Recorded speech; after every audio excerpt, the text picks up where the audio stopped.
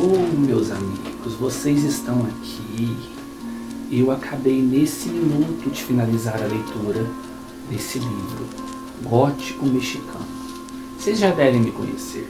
Eu sou o Sir Ruben Karloff e vou ser o seu apresentador de hoje para o quadro Meia-Noite, a Hora Gótica, onde iremos falar sobre esse livro aqui, Gótico Mexicano, da Silvia Moreno Garcia. Logo depois da abertura, vem comigo? Deixa eu desligar a música.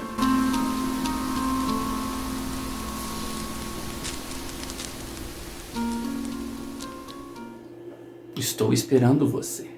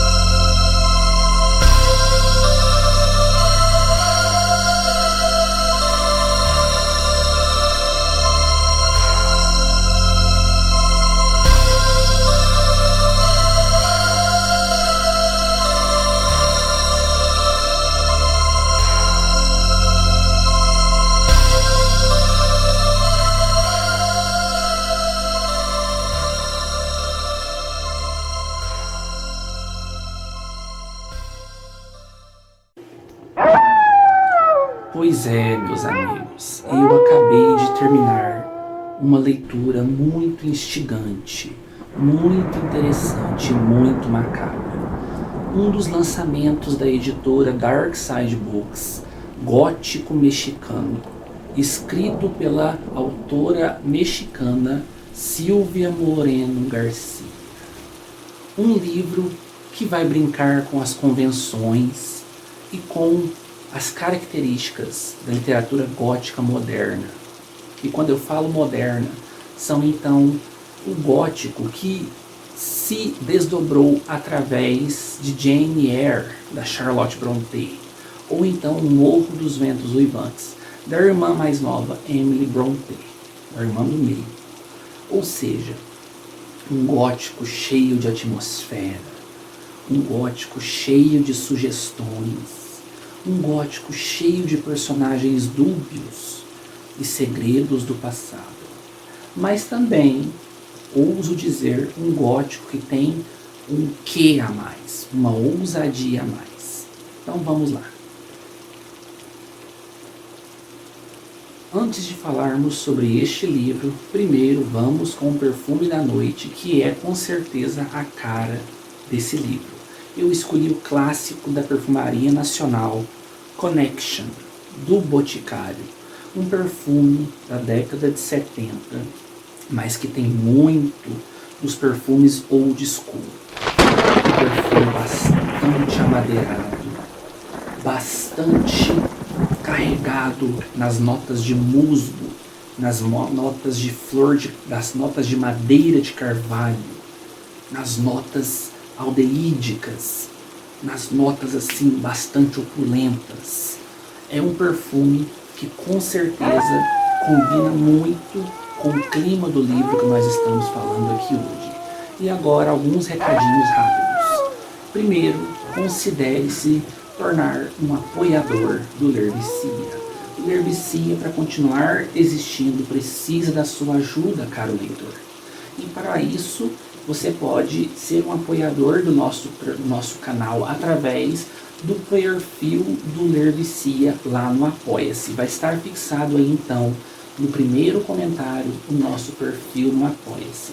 Lá tem diversas categorias com diversos valores que você pode escolher para poder ajudar o Ler Vicia. E essas categorias dão recompensas para os leitores. E eu vou destacar aqui a categoria que você ganha entrada do nosso clube de leitura particular, o Almas Velhas, que se consiste então em um clube de leituras onde todos os meses iremos ler algum livro que nos remete a coisas antigas, a coisas velhas, a coisas vintage, a coisas esquecidas, como foi o caso desse livro aqui que nós lemos no Clube Almas Velhas. Nós também lemos Carmila, a Vampira de Karnstein, do Sheridan Le Fanu. Já lemos O Apanhador de Sonhos, de Stephen King. E no momento estamos lendo Rebecca, de Daphne du Maurier.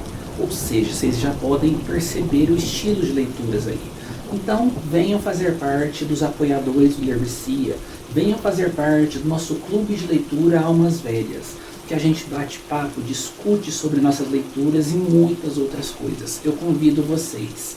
Vocês ajudam o canal e eu faço esse agrado para vocês. Então convido todos vocês. Segundo recado, o meu livro Domínio das Trevas, Contos do Gótico e do Inimaginável já está à venda na loja da Amazon, em forma digital e também no Clube de Autores em formato físico.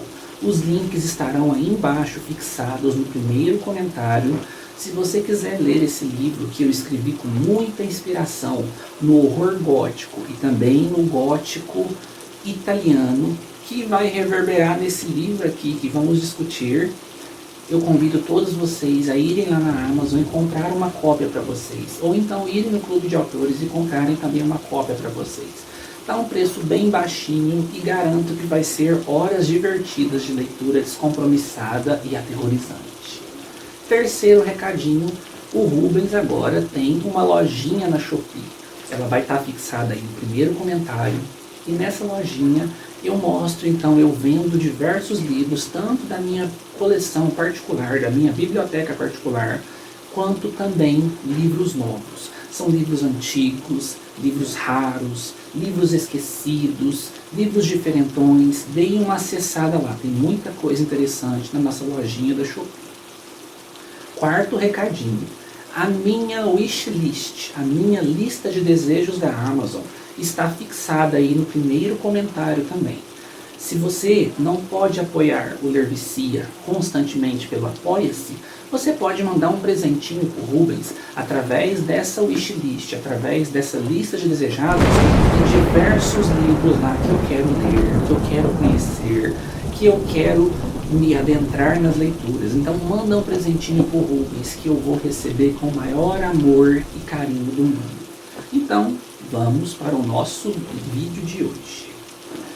Aqui nós temos então um livro que vai homenagear as convenções do gótico, o gótico clássico, o gótico vitoriano, o gótico antigo, aquele gótico que a gente gosta tanto aqui no nosso quadro Meia-Noite, a Hora Gótica. Mas também nós temos uma reverberação muito interessante do gótico italiano, que foi então meio que instaurado no cinema italiano nas décadas de 50, 60 e 70.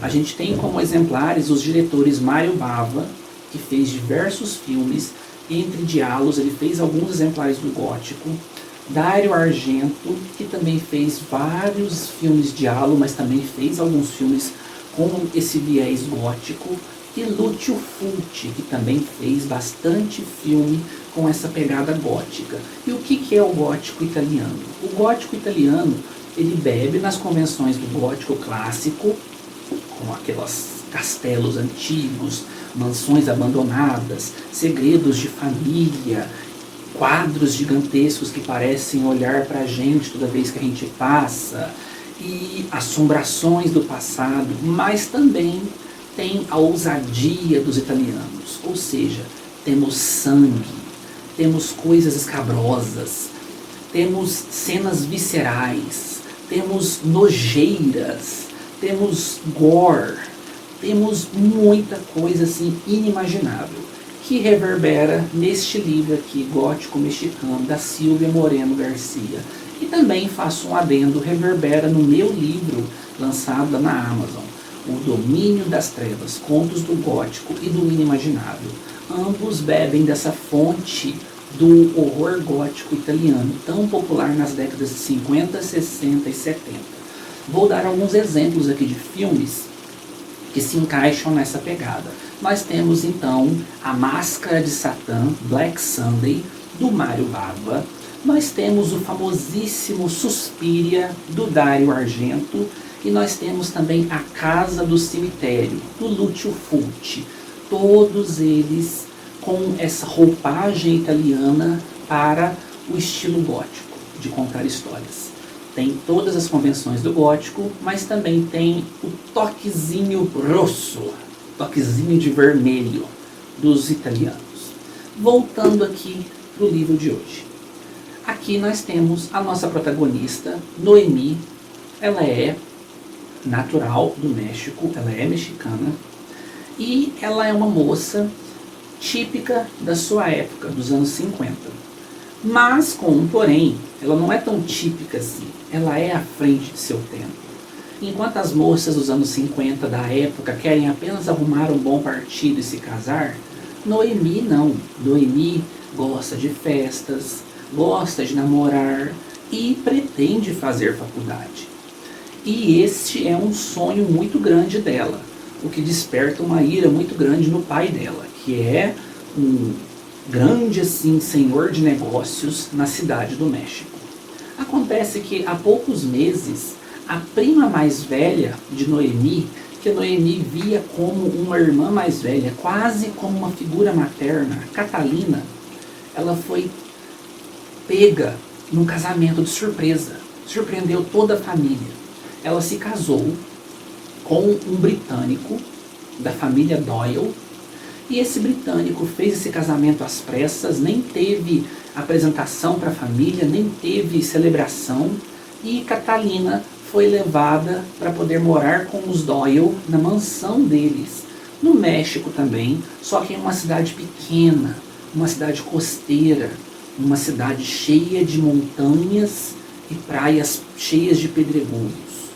E essa cidade, no passado, foi muito conhecida por ser uma cidade mineira, que tinha muitas minas que tiravam grandes joias e pratas dessas minas. Mas hoje, ninguém mais ouve falar sobre essa cidade. Parece que as minas ficaram abandonadas. E de quebra, a família Doyle, que era dona dessas minas, não mais se ouve falar. E acontece que a família toda fica muito com o pé atrás por causa disso. Até que eles recebem uma carta muito enigmática de Catalina, falando o seguinte: eu estou sendo envenenada pelo meu marido, eu estou sendo vigiada por toda a casa, por todos os parentes. Essa casa tem alguma coisa de estranho, por favor me ajudem. Eles recebem essa carta, o pai da Noemi pega essa carta então e incumbe a filha dele, Noemi, de viajar até essa cidadezinha costeira e ir investigar com os próprios olhos o que está acontecendo lá na mansão da família Doyle. Noemi, meio que a contragosto, vai. Ela viaja para lá, década de 50, pessoal. Chega lá e ela descobre que a mansão dos Doyle fica num pico muito alto. E a mansão se chama, muito comumente, muito acertadamente, High Place. Ela fica no alto, né? E acontece que ela vai para lá então, e tem um caminho muito tortuoso até chegar na casa. Então tem todo um negócio de que eles não podem sair da casa quando querem, porque o caminho é tortuoso, a maresia sobe e enche todo o caminho de neblina e eles não conseguem sair quando querem. Tem vezes que até mesmo a maré sobe e a casa fica isolada lá no topo do penhasco. Tem toda essa questão. E Noemi, então, enfrenta tudo isso e vai até High Place. Chegando em High Place, ela é apresentada aos outros integrantes da família Doyle. Nós temos o patriarca da família, um senhor bem idoso, chamado Howard Doyle. Ele deve estar na casa dos 90 e chuta a Noemi que já passou dos 100 anos. Ele é bem idoso, bem decrépito, bem mal de saúde mesmo, e ele mostra que ele está mal de saúde, mas ainda assim ele é imponente, tanto no jeito como mantém a casa, quanto nas regras da casa. Uma das exigências é que todo mundo que esteja em High Place fale em inglês. Ele se recusa a falar em mexicano. Continuando, nós temos o descendente direto da família, o Sir Virgil, que é o filho mais velho do Howard Doyle. E o Sir Virgil é um cara alto, bonito, charmoso, conquistador, mas muito misterioso, que parece esconder grandes segredos do passado. Ele foi então o cara que se casou com a Catalina, prima da nossa protagonista Noemi. Logo depois, nós temos uma prima da família, filha do velho Howard, que é a Florence. A Florence é tida como uma mulher na casa dos 40 e poucos anos, 50 ali, bem conservada e tudo mais, mas muito severa. E ela pega para si, então, os serviços de governanta da casa. E ela toca a casa com punhos de ferro. Inclusive, até mesmo os 3 únicos empregados que tem na casa são britânicos, importados lá do Reino Unido por exigências do velho Doyle, do velho Howard Doyle. E eles não falam nada de mexicano também. Logo depois, o único filho da senhora Florence, a governanta, o Francis, que é um jovem rapaz, muito tímido, muito bonzinho, bem boa pessoa, diferente do restante da família, mas que você vê que vive ali mantido a rédeas curtas, tanto pelo velho Doyle quanto pela mãe dele, a Florence. E isso constitui então os moradores de High Place. A Noemi chega lá e a Catalina, ela é mantida trancada em um quarto. Dizem que ela está com tuberculose, que ela não pode receber visitas, não pode se cansar muito e que anda tendo alguns delírios por conta da tuberculose. E é onde entra o Dr. Cummings, que também é um médico, um senhor mais velho, na casa dos 80, 70 e poucos 80, que também foi importado lá do Reino Unido para o México, exclusivamente para cuidar da saúde da família Doyle. E esse médico, assim como todo mundo da família, é muito misterioso, parece guardar alguns segredos, parece que tem alguma coisa ali que fica subentendida. E a história vai seguir em frente então com a Noemi nessa casa, tentando descobrir os segredos que rondam a mansão de High Place, qual é o mal que se abateu sobre a prima dela, a Catalina, e tudo o que pode ou não pode estar acontecendo. E, meus amigos, que livro espetacular! Nós temos aqui um livro curto, vocês podem ver, ele não é grande. Vamos ter certeza aqui, vamos ver aqui. Ele tem 283 páginas.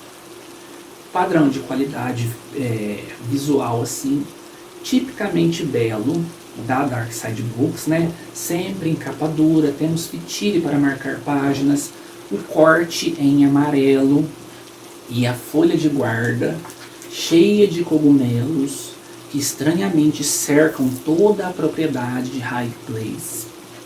Muito bem feito o livro, sempre, né? O visual, o projeto gráfico da Dark Side Books é sempre de tirar o fôlego, é sempre assim, belo aos olhos, né? Vocês podem ver aqui até o início de cada capítulo, nós temos aqui os cogumelos, muito legal. E nós vamos ter essa história muito bem escrita, uma narrativa muito simples, uma narrativa muito ágil e até gostosa de se ler. Mas uma coisa que me deixou bastante assim contente é que, embora a autora seja contemporânea, tenha essa narrativa simples, ágil, rápida e direta, ela não deixou de desenvolver os seus personagens. Os personagens, todos eles, têm uma construção muito boa, são muito bem delineados, têm camadas, tem ambições, aspirações e tudo mais. Ou seja, é um livro muito bem escrito no quesito personagens e também muito bem escrito no quesito história.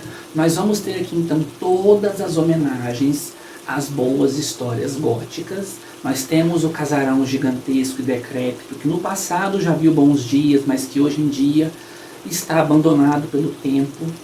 Nós temos uma família sinistra, com todo mundo pálido, todo mundo macabro, todos parecendo guardar segredos. Nós temos aqui uma cidadezinha que não se mete na vida da família no topo, e a mesma coisa, a família se mantém reclusa em sua mansão e não se metem com a aldeiazinha ali no pé da montanha, os mexicanos locais. Nós temos aqui então esse segredo do passado, de coisas aterradoras que aconteceram nas minas que eram regidas pela família Doyle. Nós temos aqui a mocinha virginal, indefesa, sonhadora, que se manifesta não na figura da protagonista Noemi, mas da prima dela, a Catalina. Nós temos essa figura, então, tuberculosa, né? Essa moça doente, essa moça frágil, essa moça sonhadora. Tanto é que é bem ressaltado ao longo de todo o livro, desde o início, que quando eram jovens, Catalina é mais jovem, ela tem 22, 23 anos. Noemi já está na casa dos 30, 31 anos. E por isso Noemi, quando foi morar com a Catalina, quando foi morar com a família de Noemi, meio que assumiu essa persona, esse posto de irmã mais velha, quase que uma mãe mais velha, uma mãe para Noemi. E nesse período, na infância da Noemi, Catalina lia muitos contos de fadas para Noemi e tudo mais. E quando não estava lendo contos de fadas para Noemi, Catalina se deliciava com os góticos das irmãs Brontë. E os dois preferidos dela eram justamente O Morro dos Ventos Uivantes, da Emily Brontë, e Jane Eyre, da Charlotte Brontë. Olha para vocês verem que conveniente e que interessante. Então a gente já tem essa persona construída de que ela gosta muito dessa figura, desse arquétipo do herói romântico gótico e de mansões góticas, esse tipo de coisa. E justamente com quem ela vai se casar? Com o Virgil, que é um Sir de título nobre, descendente direto de uma família britânica, com uma mansão gigantesca, charmoso e misterioso, que mora nessa mansão secular do século XIX. Então, Catalina tem seus motivos para poder se casar com Virgil. Ou seja, vocês estão vendo aqui, todos os personagens são bem construídos, toda a história é muito bem pautada, muito bem desenvolvida nesses subgêneros, nesses arquétipos da literatura gótica. Mas, sem spoilers aqui, do meio para o final do livro, não é spoiler, pessoal, o livro vai para um outro viés do gótico, deixa o gótico britânico de lado e vai então para esse viés que eu falei do gótico italiano, onde as coisas são mais sangrentas, onde as coisas são mais perturbadoras, onde as coisas são mais gráficas, explícitas e até mesmo tresloucadas. Tem gente que fala que a autora chegou até a viajar aqui. E isso é o que define esse livro para os leitores. É o que vai definir se você vai gostar ou não do livro. Se você procura uma história 100% original, não vai encontrar aqui, porque é um livro que vai para as convenções do gótico clássico.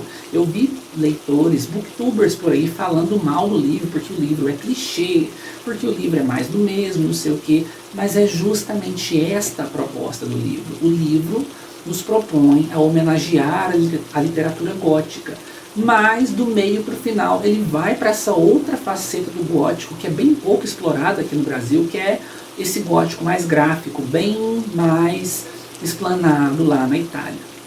Então, se você quer uma história tipicamente gótica, na casa do gótico britânico, nas escolas do gótico britânico, você vai se agradar até a metade do livro. Da metade para o final é um outro tipo de gótico. Agora, se você quer uma boa história de terror, uma boa história de suspense, que te surpreenda, que te faz torcer pelos personagens. Gente, isso é uma coisa que eu estava até conversando com a minha amiga Paty, lá do perfil literário do Instagram, Itinerante Books. A gente estava conversando que esse aqui é um dos pouquíssimos, eu acho que únicos livros de terror que eu estava torcendo pelos protagonistas. Olha pra vocês verem.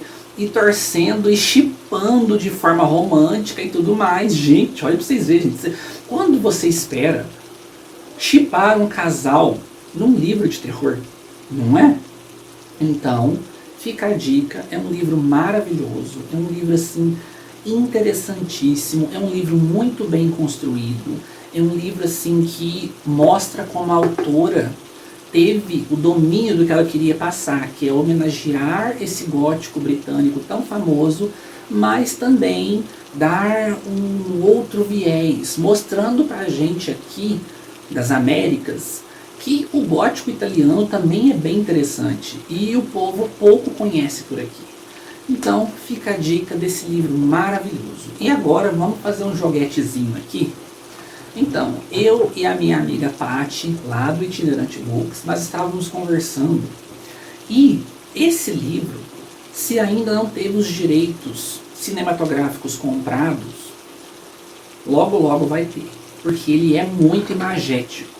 E nós estávamos fazendo um exercíciozinho aqui de montar elenco e tudo mais. Então, nós escolhemos aqui, e vamos lá com essa brincadeira aqui. Claro, com toda certeza absoluta, que quem deveria ser o diretor deste livro para filme deveria ser, então, o talentosíssimo Guillermo del Toro. Gente, Guillermo del Toro é espetacular. Vamos lá com alguns exemplos de filmes que ele já dirigiu. A Espinha do Diabo, A Colina Escarlate, A Forma da Água, O Beco dos Pesadelos, ou seja, ele é um diretor que gosta das homenagens, é um diretor que gosta do fantástico e é um diretor que com certeza vai amar adaptar isso aqui para as telonas, porque isso aqui é a cara dele.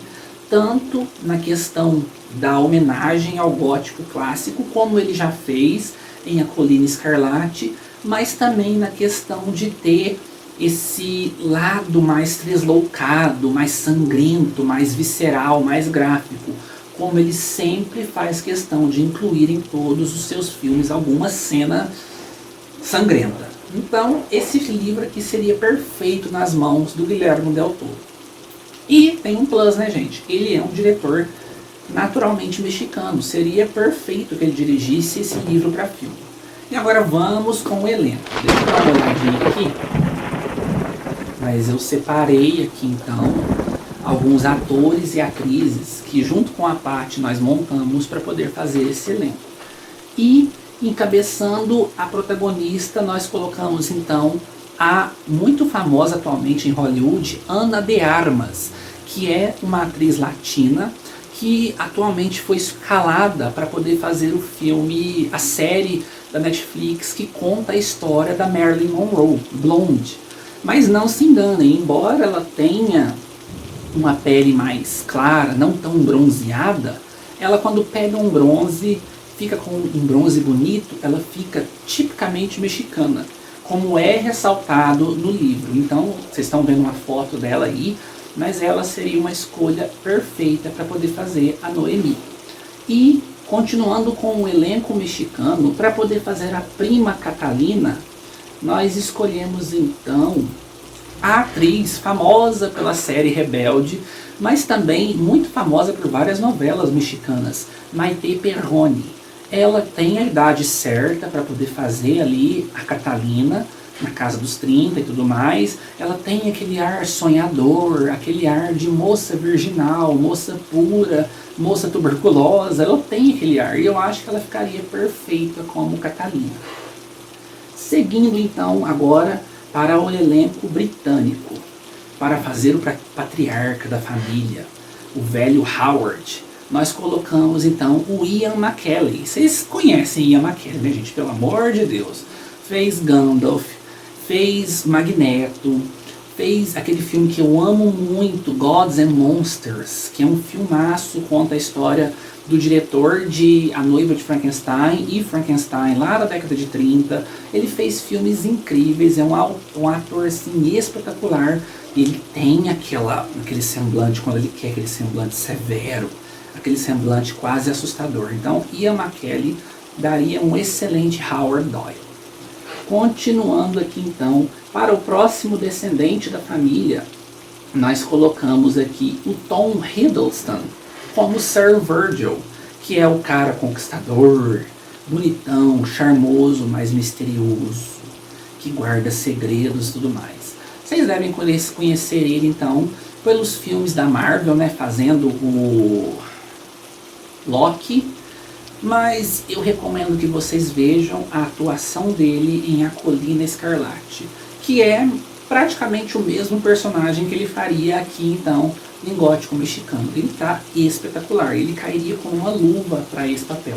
E já trabalhou com o Guillermo del Toro. Continuando aqui então, a governanta da casa, a Florence. E nós escolhemos a grandíssima diva. Ela é americana, mas ela já provou que sabe fazer um bom sotaque britânico, Cate Blanchett. Vocês já devem ter visto ela em diversos filmes, a Rainha Elizabeth I e muita coisa. Ela é talentosíssima e ela já trabalhou também com o Guillermo del Toro em uma produção recente, que é o Beco dos Pesadelos, onde ela faz uma femme fatal muito macabra e perigosa. E ela com essa beleza etérea, fria, aqueles traços severos e com uma boa caracterização, daria uma excelente governanta Florence da casa. Ela assume o papel de governanta, mas ela é também da família Doyle. Mas ela ficaria espetacular como a senhora Florence. Continuando aqui então, o jovem Francis, nós escolhemos também um ator jovem britânico, mas que ficaria perfeito para o papel, Tom Holland. Claro, todo mundo, a gente conhece ele pelos papéis no filme do Homem-Aranha e tudo mais, o novo Homem-Aranha do MCU, né, da Marvel. Mas, gente, era só pintar o cabelo dele de loiro. Ele fica perfeito pro papel, como esse menino puro, bom, acanhado, tímido, que faz parte dessa família, que parece que joga um peso gigantesco sobre ele. Ele ficaria perfeito e vou dizer aqui que quando estávamos lendo esse livro em conjunto, eu e a Paty só visualizavam o Tom Holland como o Francis. E a gente chipou muito ele ali com a Noemi. Ia ficar maravilhoso. E continuando aqui então, para dois personagens secundários, nós colocamos aqui então, são secundários, mas bem importantes para a história. A Lily James como as irmãs Alice e Agnes, antigas esposas na família Doyle, que aparecem ao longo do livro de maneiras pontuais. São poucas as aparições, mas são bem marcantes. E a Lily James, essa atriz britânica, muito bonita, muito talentosa, com certeza faria essa dupla perfeitamente. No livro, elas são ditas como irmãs, mas eu adaptaria para irmãs gêmeas, já que não é spoiler, pessoal, isso é dito bem no começo do livro. Howard Doyle, o velho, se casou com as duas. Se casou com uma, a primeira morreu, ele se casou com a irmã dela. Ficaria bem interessante, né, se elas fossem gêmeas. E o último papel aqui, que também é um coadjuvante, mas que seria um coadjuvante de luxo espetacular, nós colocaríamos então o Michael Caine, Sir Michael Caine, para fazer o Dr. Cummings. Sir Michael Caine, baita ator britânico, muito talentoso, já teve em diversas produções, já ganhou Oscar. Ele é estupendo, gente. E ele tem aquele ar de doutor snob, doutor que parece saber de tudo, doutor nariz em pé que te olha de baixo para cima, de cima para baixo, aquele tipo de médico irritante, assim como o Dr. Cummings do livro. Então esses seriam os atores e atrizes que a gente colocaria para poder fazer esse filme, se ele fosse transformado em um filme.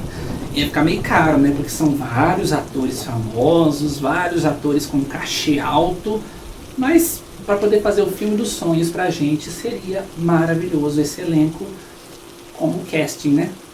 Então fica a dica desse livro espetacular, gótico mexicano, uma obra muito boa, muito interessante e que com certeza vai agradar aos amantes do bom e velho terror. E agora eu vou ficar aqui na minha cadeira de balanço, escutando minhas musiquinhas antigas e curtindo a madrugada. Afinal, já passamos da meia-noite, a hora gótica, não é mesmo?